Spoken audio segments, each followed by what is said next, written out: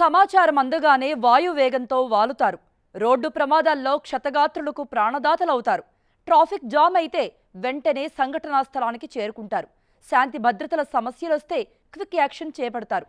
మహిళల సమస్యలు, eve teasing పై ఉక్కుపాదం మోపుతారు. ఇంతకీ ఎవరు ఆపద్బాంధవులు అనుకుంటున్నారా? అయితే ఈ స్టోరీ చూడండి.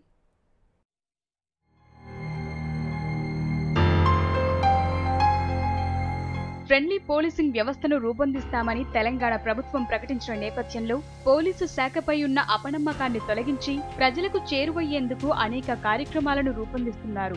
అందులో భాగంగానే Warangal range DIG Mallareddy, SP Ambar Kishore Jha కొత్త కార్యక్రమానికి రూపమిచ్చారు. అదే బ్లూ కోట్స్. ఇప్పటి వరకు హైదరాబాద్ నగరానికే పరిమితమైన ఈ విధానం వరంగల్ జిల్లాలో కూడా మంచి ఆదరణ పొందుతుందని అధికారులు భావిస్తున్నారు.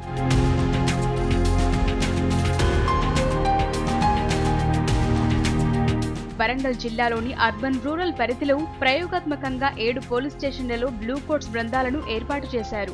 నగర పరిధిలోని Kazipet, Subedari, KUC, Hanamkonda, Mattewada, ఇంతజార్ Ganj, mills colony police స్టేషన్ల పరిధిలో, రూరల్ పరిధిలోని తొర్రూరు, పరకాల, మహబూబాబాద్, ములుగు, భూపాలపల్లి, జనగామ, నర్సంపేట, డోర్నకల్ సబ్ డివిజన్ కేంద్రాల్లో ఈ బృందాలు పనిచేస్తాయి. బ్లూ కోట్స్ పనితీరు, వివరాల సేకరణకు పోలీస్ శాఖ హెడ్ క్వార్టర్స్ లో ప్రత్యేక కంట్రోల్ రూమ్ ను ఏర్పాటు చేశారు. వీరి కార్యకలాపాలను ఇన్స్పెక్టర్ స్థాయి అధికారి నిరంతరం పర్యవేక్షిస్తుంటారు.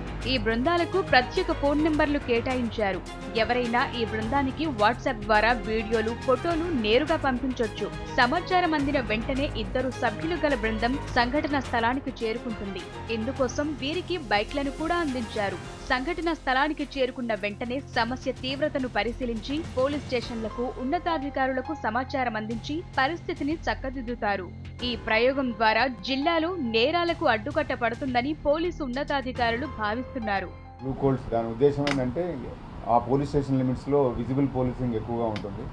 ఎక్కడైనా ఏదైనా మేజర్ అఫెన్సెస్ కానీ చిన్న చిన్న అఫెన్సెస్ అయితే కూడా ఇమీడియట్ గా స్పాట్కి వెళ్ళటానికి ఇమీడియట్గా వెళ్తారు. అలాగే ఈ ఈవ్ టీజింగ్ కానివ్వండి, లేకపోతే ఇతర ఉమెన్కి సంబంధించినటువంటి అఫెన్సెస్ కూడా ప్రివెంట్ చేయడానికి ఇది చాలా ఉపయోగకరంగా ఉంటుంది.